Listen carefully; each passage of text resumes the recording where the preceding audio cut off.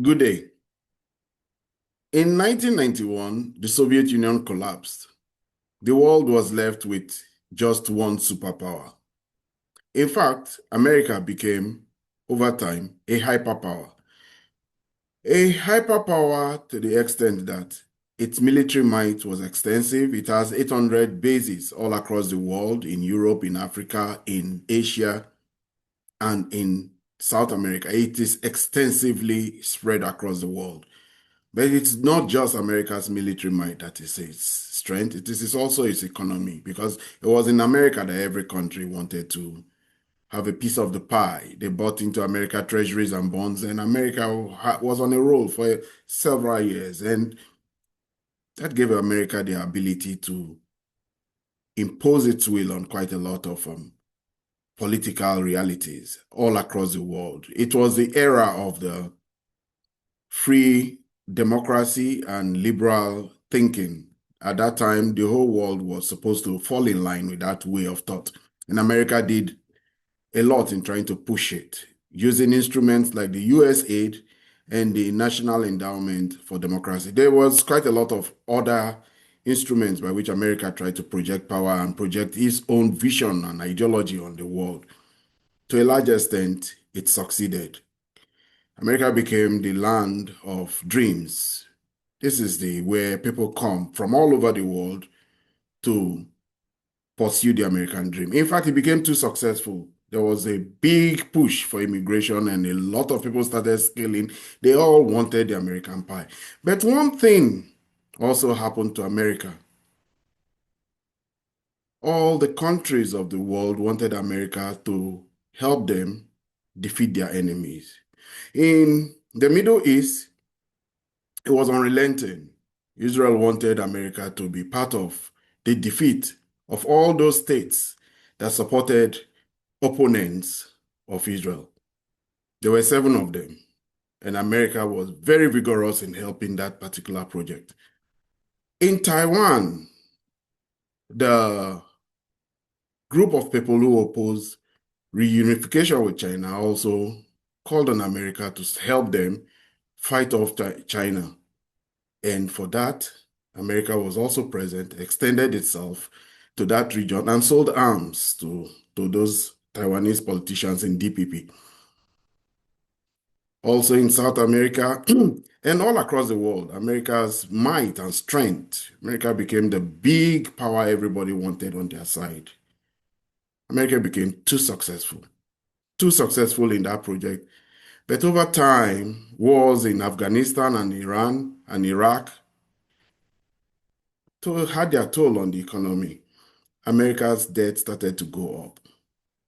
America would not tax her citizens, so America continued to buy debt. And what did they do? That debt continued to move, and they continued to move the debt ceiling. All attempts to rein in America's insatiable need for debt could not be curtailed. And it has grown to $37 trillion. But that was not even a problem. America was still on a roll until something very serious happened. The Ukraine-Russia war happened, and sanctions were placed on Russia. Sanctions had been placed on other countries, Venezuela, Iran. Quite a lot of countries had fallen under the air as America tried to impose its will on all these countries. But the one on Russia meant the freezing of $350 billion of Russian sovereign assets. That changed everything. All those countries that used to freely and willingly buy American debt started to have a rethink. China, India, Brazil, and most notably, the countries in the Middle East, who were once always willing to park their excess resources in the American treasuries and bonds. They started to look into their own country, build sovereign wealth funds, and now they control the largest sovereign wealth funds in their own neighborhood. And what do? They use it in stimulating their country, because they're now all preparing for the post-oil economy. So United Arab Emirates, Qatar, Saudi Arabia have all focused on themselves. They don't park their money as they used to extensively in America anymore. But America is still the one who everybody wants to come help solve their problems. And it may just be that America has come to that realization that they're overextended. They need to do a rejig and they need to sort themselves out within their own country. They have immigration problems, they have domestic problems, they have economic problems. But still yet, the DPP, the Israelis, and quite a lot of other powerful interests, even in the South, in Philippines, all want American power by their side. One country who needs American power by its side repeatedly over these past 4 years has been Ukraine and the Europeans.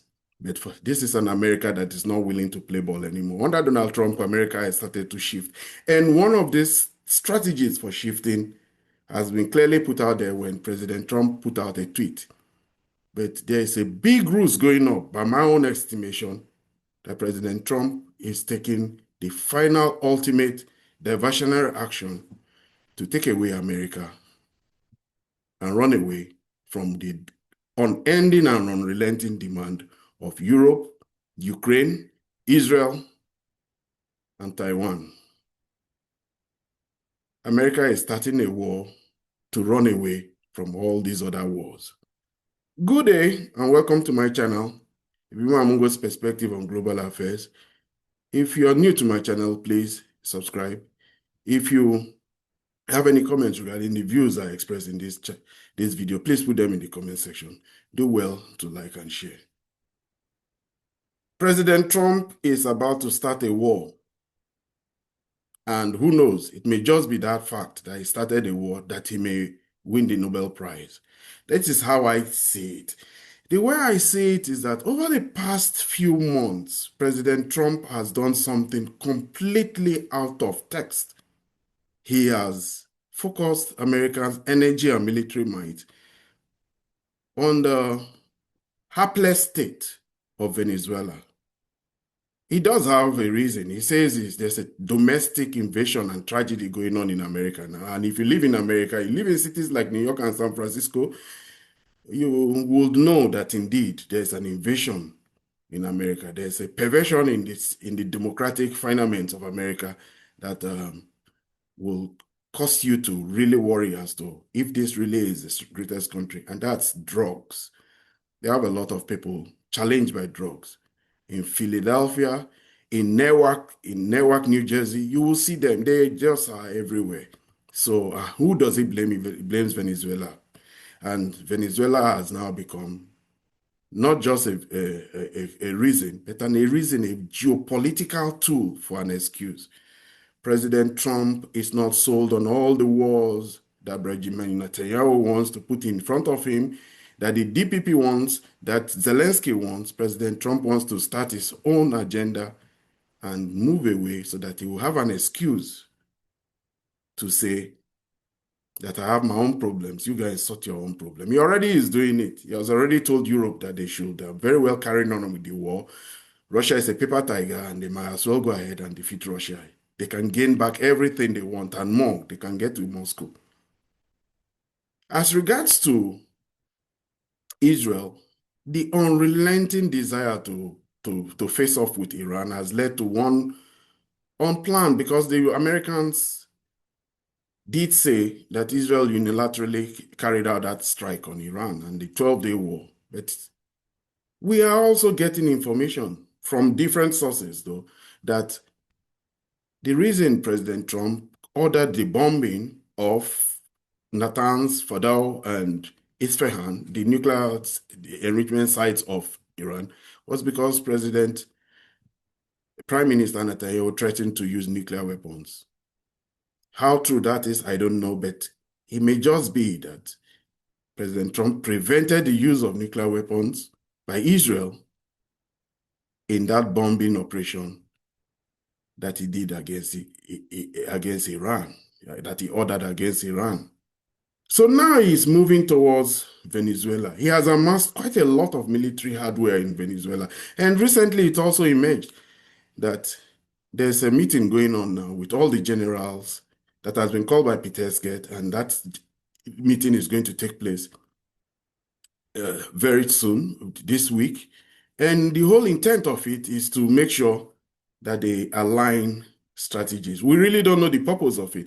But we can see that for me, the way I look at things is that President Trump is finding a way not to own any of these wars that these American allies have consistently pushed. We should remember one thing about President Trump that has been consistent over the past 30 years of his being a public figure. He has always whined and complained that America was being used. He said this in a very famous appearance on Oprah Winfrey's show.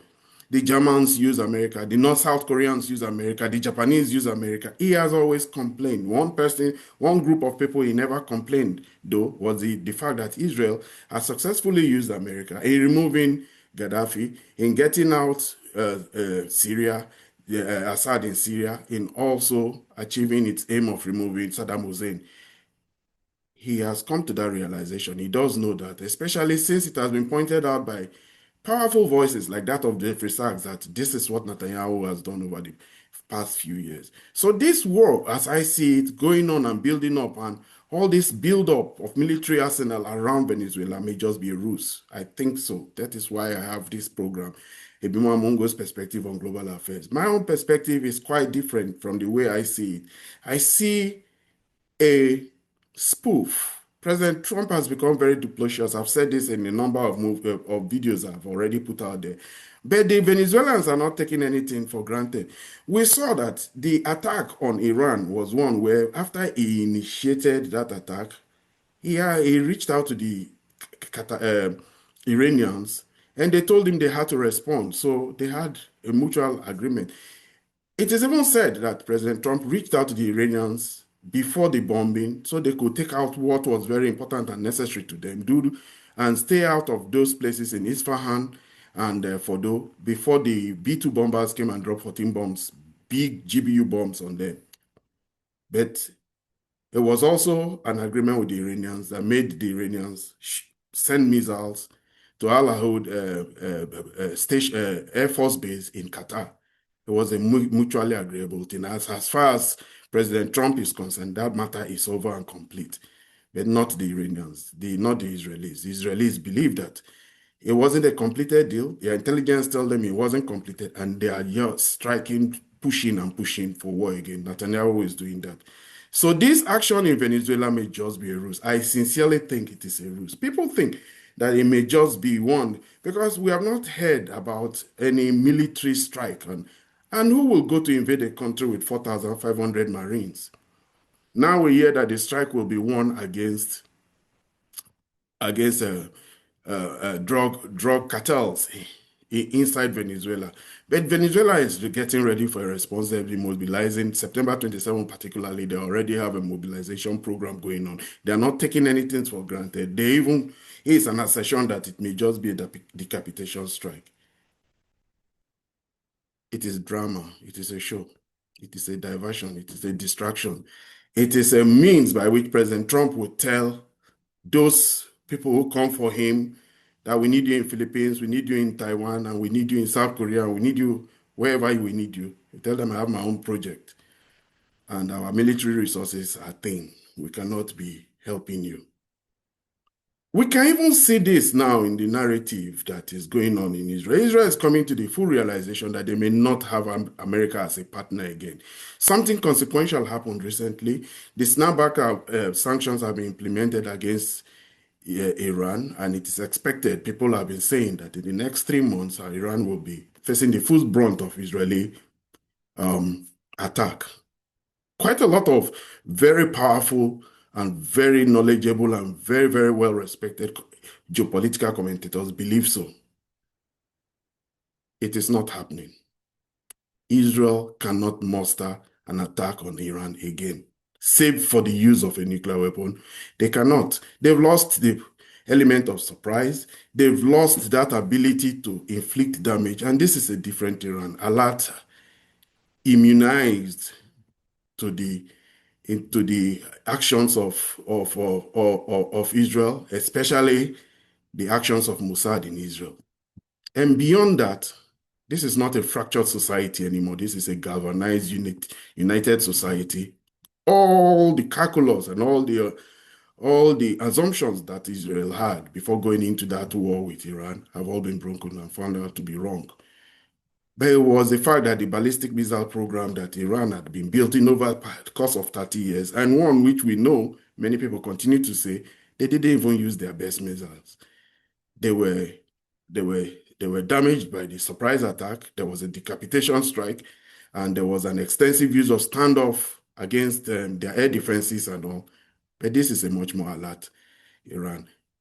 Besides that, that willingness, that hand, that ability of Netanyahu to control the narrative in the American Congress and the American public has been lost. He cannot willy-nilly get America's um, commitment to any war or any project he goes into. That is just not going to happen because, and this is the subterfuge that Trump is playing and laying out very clearly. It is one where we know it is Marco Rubio that is pushing this agenda. We know that through the two different, just like the play in Ukraine, where President Trump has two envoys, one for the Ukrainians and one very friendly and amenable to the Russians. The same thing too happens in Venezuela. Marco Rubio, his foreign minister, is a hawk against Venezuela, but he also has Greenell there, and Greenell is also a pacifier of the relationship with the Venezuelans. There will be a lot of huff and there will be a lot of chest beating and all that, and a lot of deployment of resources to that Venezuela. But all that will come out of it is that it's an excuse. Nothing is going to happen. I can say that. If anyone will remember here now, I did mention on the day that President Trump put out that his very famous tweet about Europe can go ahead and take on this enterprise and attack Russia and carry on. I told you clearly it was President Trump washing his hand off the Ukrainian war. This is the same way too. I see it very clearly. It's very easy to read that this is a distraction, this is a ruse, and this is a way of President Trump trying to run away from the unrelenting demands of Europe, the unrelenting demands of Israel, and now, although the slowly waning demand of the DPP in Taiwan, who may be coming to the realization that America, despite all the buildup of assets around China and attempts to contain China, may just not be at that point and that readiness. We should look at it that for 20 years, America has been losing quite a lot of its its resources, using its resources in Afghanistan, in Iraq, in all these wars. It has finally taken a toll on the American economy, and it is that economy that President Trump is doing all his best to repair. And regarding to the Israelis, we now know that they too are coming to the fact that they are losing the narrative. Prime Minister Netanyahu was complaining bitterly that the war now is not just about the fighting, the battles in the battlefront. It's also the fact that he has to fight wars on social media. The realization that the image of America and the image of Israel has been damaged extensively by the actions in Gaza. In fact, one politician was complaining that what is it that if they win the war, but they lose their image and they are looked at like being compared to being worse than Hitler. That is how some people perceive them now. And as regards to that image being pushed very strongly by social media in America, TikTok and X, President Netanyahu feels that it's very important that at least one of those social medias is in the hand of an Israeli supporter. Larry Ellison is very much in the running of buying TikTok so that he can help assuage and lower the rhetoric against the narrative as it's falling on Israel. This is what Netanyahu said. Netanyahu is the man who the Israelis hope can get America back into the war that President Trump is running away from. But Israel is now in a very bad place. The war on Gaza has led to the accusation of genocide, and that genocide is being pushed very seriously on social media. And when he was asked, when he met some influencers, social media these days now, You meet with social media influencers as a president so that your image is very important and the narrative you control. This social media can help you. We saw how Charlie Kirk helped President Trump. We saw how Joe Rogan helped President Trump to become president. Netanyahu has lost the plot because the people who are now putting out and questioning Israel's role in American domestic affairs and in Gaza are strong social media influencers like Tucker Carlson, Candace Owen. And this is what he said when some of those social media um, influencers met him and asked him this question. We have to secure that part of the base of our support in the United States. That is being challenged systematically. A lot of this is done with money. Money of NGOs, vast. Money of governments, vaster. Okay? We have to fight back. How do we fight back? Our influencers. I think you should also talk to them if you have a chance. To that community, they're very important. And secondly, we're going to have to use the tools of battle. You know, the weapons change over time. You can't fight today with swords. That doesn't work very well. Okay, and you can't fight with cavalry. That doesn't work very well. And you have these new things, you know, like drones, things like that. I won't get into that. But we have to fight with the weapons that apply to the battlefields in which we're engaged. And the most important ones are the social media. And the most important purchase that is going on right now is class Followers. TikTok. TikTok, number one. And I hope it goes through because it can be consequential. And the other one, what's the other one that's most important? X. Exactly. Very good. And, you know, so we have to talk to Elon. He's not an enemy. He's a friend. I have said this so many times here that Elon Musk changed the world. Elon Musk, when he bought X and he created a space where everybody could put and show the world what is going on, instead of the very tight control that is going on in the legacy media. It is that fact that has shown the world of what's going on. And one of the things, too, that's also going on in the world now is that they will continue to worry about a particular program that is going on. A flotilla is going to Israel, and that flotilla is called the Simon Flotilla. It is led by a climate activist who has rebellious. This flotilla of 50 ships. They are all going. They are trying to go and get aid and food to Gaza. And if anything happens to this flotilla, it will also be all over social media. This is the kind of worry that it is on social media. In fact, they actually managed to get the account of this particular flotilla out of X at one time, but they are going on, and this is what has changed it for the Israelis. That power and that control that they always had over American policymakers is beginning to wane, and this is why I say they may just not be in a position to go ahead again, because you have to justify a war. Anytime you're going into a war, you have to tell the world that Iran is a devil, Iran is harmful to the world. But the narrative has changed. Iran has really changed. We saw how in the United Nations, as they try to implement the snapback against Iran, Russia and China said it's illegal and they're not going to support it. That UN snapback has actually come into effect, but quite a lot of countries are going to go oppose it. There are already a lot of countries opposing all the sanctions against Russia anyway. And as regards to Iran says that they are very ready to take decisive actions against, especially the E3 countries who are worried. They even said that please, Iran shouldn't take actions. There will be continuation of diplomatic discussions, but I think Iran will take action. Iran will probably kick out all the European oil and gas industries in their country, and they now know they have friends with China and they have friends with the Russians also. We all even saw today an F-29 MiG-29 plane was flying all over Tehran. It is very clear. One member of the house there in Tehran, in Iran had already said that they have got a new batch of MiG-29s and that they're expending some Su-30 35. So I don't see how Israel will want to. People may tell me I may be wrong, but when we call these things, we call it from what we see.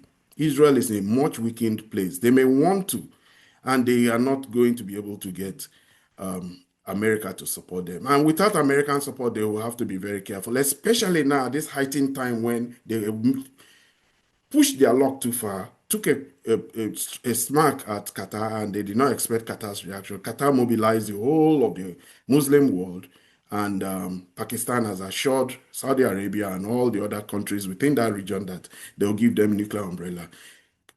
That nuclear umbrella had a swift reaction from Israel a few days ago. Israel attacked an LNG ships of Pakistan in Yemen to show that we are seeing what you're doing. And then the Pakistanis to have responded. Now Pakistan is in the mix. Now all the Arabian countries, we forget that he enjoyed the benefit of easy flyover over Jordan, over Saudi Arabia, and over Iraq to shoot into Iran in the first 12-day war. They will not have that anymore. That war isn't going to happen. It may all the huffing and all the buffing, it means that President Trump has stepped away from it. The Arabs are not as cooperative as before. Iran is not their enemy as they used to see it. And besides, they've come to see and appreciate the full might and strength of Iran's retaliation, ability to retaliate and revenge against any of them. And it will be very fully of Netanyahu if he does intend to continue with it. Anyway, Netanyahu met with Zelensky. One of the big meetings that happened in the United Nations conference was that Prime Minister Netanyahu met with President Zelensky. We should know one thing. Sometimes it's not, a lot of people may not understand that underlying most of the angers and geopolitical tensions across many places and divides is religion. Religion is just something that divides the world more than anything.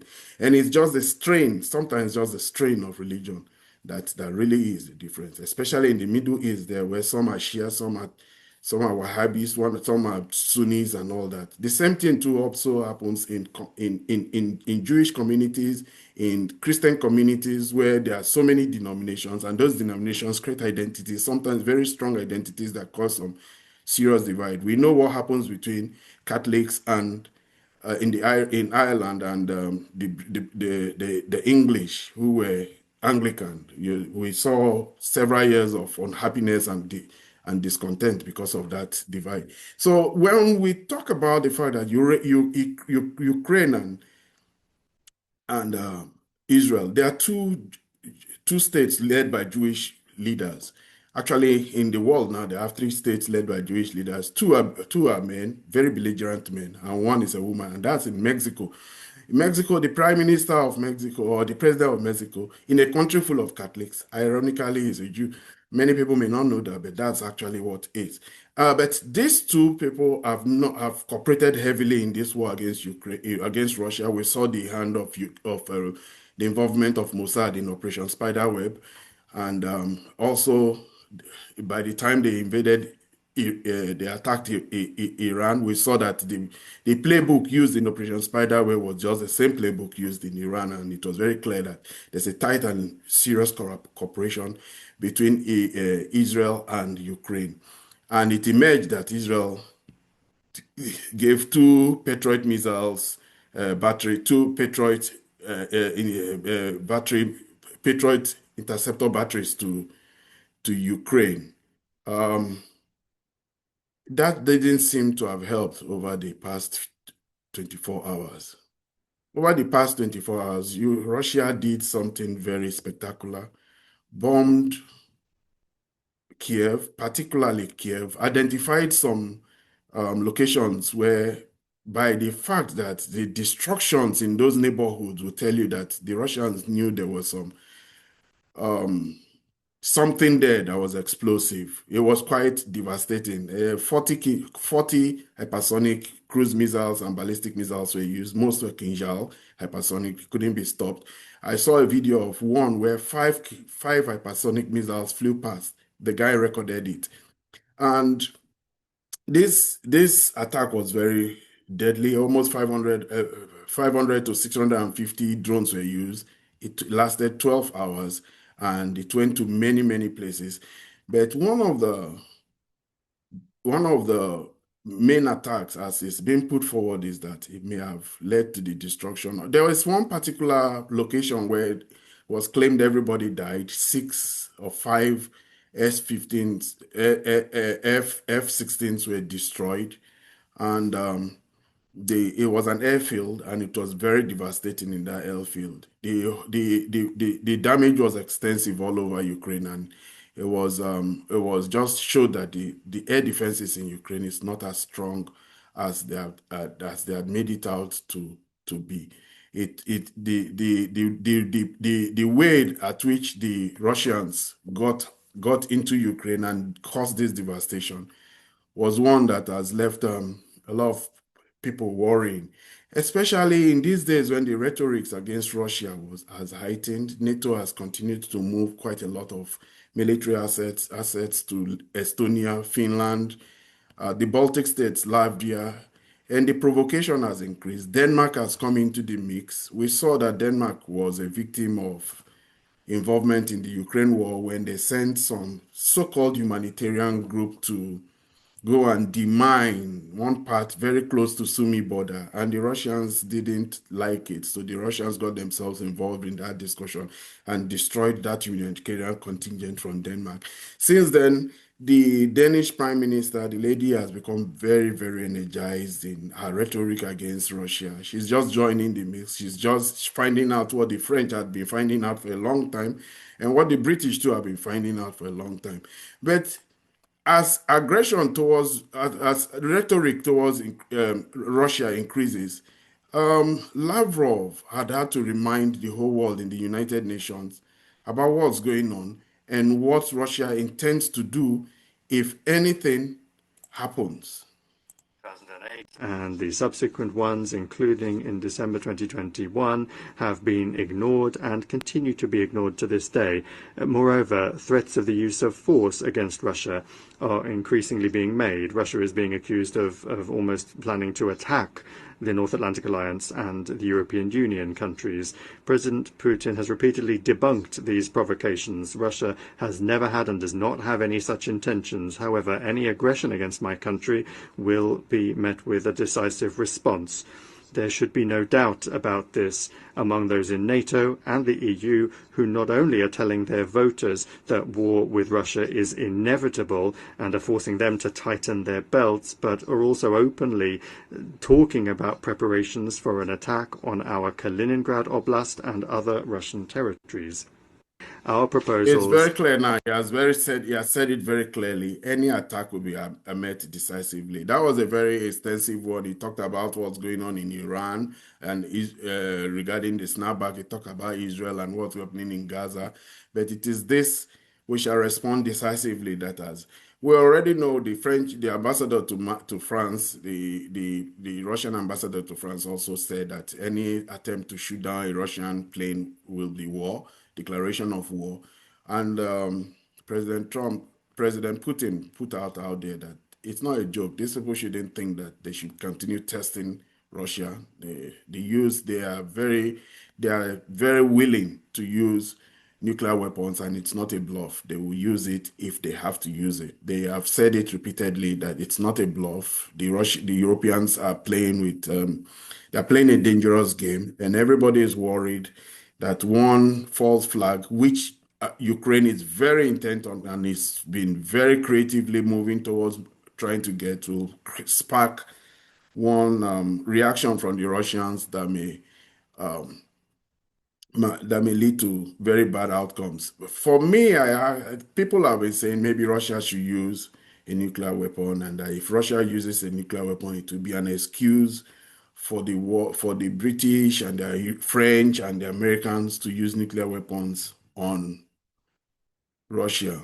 This is my summation. This is why I am a geopolitical commentator. If Russia uses a nuclear weapon on one of these countries, this is what will happen. There will be no response. Because people forget that Russia is a very big and extensive country. The effect of a nuclear weapon on a city or in a region will be minuscule. But the effect of a nuclear weapon on London, and all the greater eastern part or all that lower part or southern part of England will be, it will obliterate them. The kind of weapons we talk about are not the weapons that, and they have no shield, they cannot be protected. They will do, and they will realize that it is very important. Self-preservation will make them realize that maybe they should start calling for war. The Russians have taken quite a lot of discussion going on within Russia now as to why that they should just be decisive and use tactical nuclear weapons in a manner that may just end this war. We should realize that tactical nuclear weapons are almost 30 times in power and in strength more than the bombs that devastated and destroyed um, Hiroshima. The Americans will not do it because New York can be attacked. There's no country that can attack Russia and think that they can get away with it and continue to exist. And if Russia is forced to use nuclear weapons in the first instance, there will be no response. All those countries just don't even know what's I think, and I sincerely believe, that if Russia is prudent to make a statement, there will be no response, but to change the way the world is seen going forward. Nothing will happen. That's just how I see it, because the sense of the madness and the hatred that is pushing them will be cleared out of their eyes, and they will suddenly realize all that happened and all that made the political leaders in the 50s and in the 60s and even in the 70s to know that self-preservation, mutual destruction will happen. But in an era with a country that has excessive arsenal, you respond with one, they respond with 30. They have delivery systems that are more advanced. They have updated their whole military systems for delivery. Submarines, most have always been land-based, and that's why Russia particularly invests in missile systems, hypersonic missile systems. There's no country in Europe and all across the world that can be spared. In fact, recently, the Russians, in their Beryl-class submarine, they tried their Bolivar missile that has a reach of 12,000 miles. But it's not just the reach, it's the fact that they cannot be stopped. And the power they have can obliterate whole cities and whole regions. It may mean a new reality for the world, a reality of common sense. They've lost it at this point in time. I would want to stop here, and before I go, I'll urge you to subscribe if you're new to my channel. And if you have any comments regarding the opinions I've expressed in this video, please put them in the comment section. Do well to like and share. And until I see you in my next video, you have a good day.